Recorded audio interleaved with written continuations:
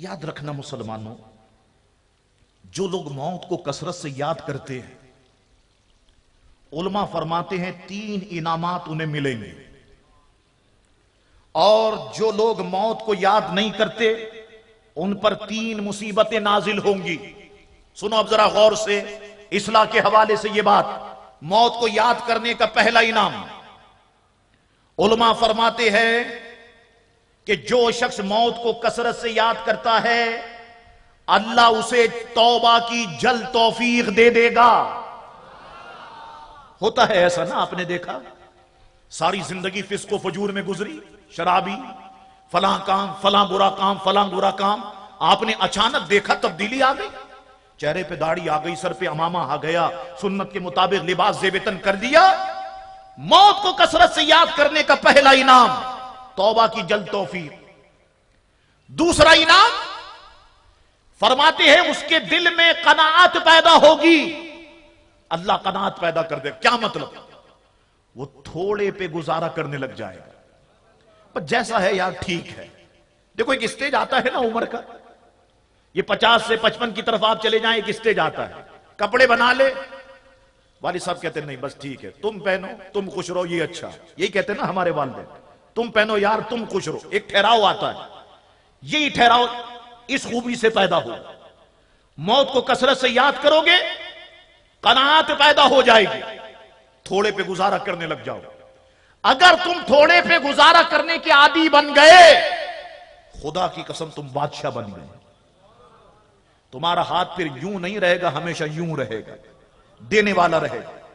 اور تیسری بات، جو موت کو کثرت سے یاد کرے گا اللہ اس کی عبادت میں مزہ پیدا کر دے گا، خوشی پیدا ہوگی۔ آج ہم لوگ یہ سوچتے ہیں جلدی نماز ختم ہو جائے، جلدی عبادت ختم ہو جائے، امام صاحب نے اتنی لمبی سورت پڑھ دی، کیا ضرورت تھی اتنی پڑھنے کی؟ موت کو یاد نہیں کرتے۔ موت کو یاد کریں تو دل کہے اور پڑھے ایمان سے، اور قرآن پڑھیں، اور قرآن کو سنیں۔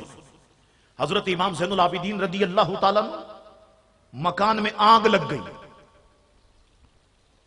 مکان جل رہا تھا، علاقے والے حضرت کے امام، مکان میں آگ لگ گئی، دوڑے، آگ بجھانی شروع کی پانی کے ذریعے سے۔ ایک کمرے میں داخل ہوئے تو کیا دیکھا؟ حضرت امام زین العابدین ہیں، اطمینان سے نماز پڑھ لیں، چاروں طرف مکان میں آگ لگی ہوئی اور زین العابدین نماز پڑھ لیں۔ لوگ حیران، نماز سے فارغ ہوئے، فرمایا کیا ہوا، کیوں جمع ہو؟ کہا حضرت مکان میں آگ لگ گئی، آپ کو پتا نہیں؟ فرمانے لگے آخرت کی آگ سامنے تھی اس لیے دنیا کی آگ کا پتہ نہیں چلا۔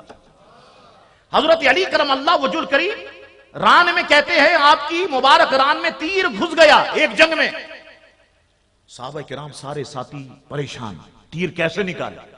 کسی نے کہا یار جب نماز پڑھنے کے لیے کھڑے ہوں گے نا جب نکالتے۔ حضرت علی نماز پڑھنے کھڑے ہوئے، سلام پھیرا، فرمانے لگے میں جانتا ہوں تم لوگ اس لیے آئے کہ جو میرے ران میں تیر لگا اسے نکالو۔ کہا حضرت نکال دیا۔ فرمایا الحمدللہ تکلیف کا احساس ہی نہیں ہوا۔ اللہ نمازوں میں خشوع پیدا فرما دے گا، خضوع پیدا فرما دے گا، خوشی پیدا فرما دے گا۔ اور فرماتے کسی نے اگر موت کو بھلا دیا، ہم سب اس میں شامل ہیں، برا مت ماننا، میں بھی اس میں شامل ہوں۔ یہ مت سمجھنا کہ میں بہت نیک ہوں، آپ سب کے سب گناہگار ہیں، نہیں، آپ سب میں اگر سب سے زیادہ گناہگار ہوں تو میں ہوں۔ سنو، جس نے موت کو بھلا دیا 3 مصیبتیں اس پہ آئیں گی، اللہ رحم فرمائے۔ توبہ میں ٹال مٹول اس کے پیدا ہو جائے گی، آج کر لوں گا، کل کر لوں گا، پرسوں کر لوں گا۔ آپ لوگوں سے پوچھیں نا بھائی آپ نماز کیوں نہیں پڑھتے؟ جمعے سے پڑھوں گا شاہ صاحب، ہفتے سے پڑھوں گا، اتوار سے پڑھوں گا، پیر کے دن تو انشاءاللہ تعالیٰ آپ کو نظر آؤں گا۔ توبہ میں ٹال مٹول۔ دوسرا عذاب، اللہ ایسے لوگوں کی زندگی میں بے صبری پیدا کر دے گا۔ ہے بے صبری ہم سب کے اندر یا نہیں؟ کراچی میں اگر آپ کو جنت میں جانا ہو موٹر سائیکل خرید لو، جنت کا فاصلہ بہت تھوڑا۔ واحد شہر میں دنیا میں گھوما، واحد شہر دیکھتا ہوں کراچی، سگنل بند ہونے کے بعد بھی 10 گاڑیاں آرام سے نکل جاتی ہے۔ بے صبری، ادھر سے جانا ہے ادھر سے جانا ہے، فٹ پاتھ پہ سے جانا ہے، عجیب کیفیت، عجیب زندگی۔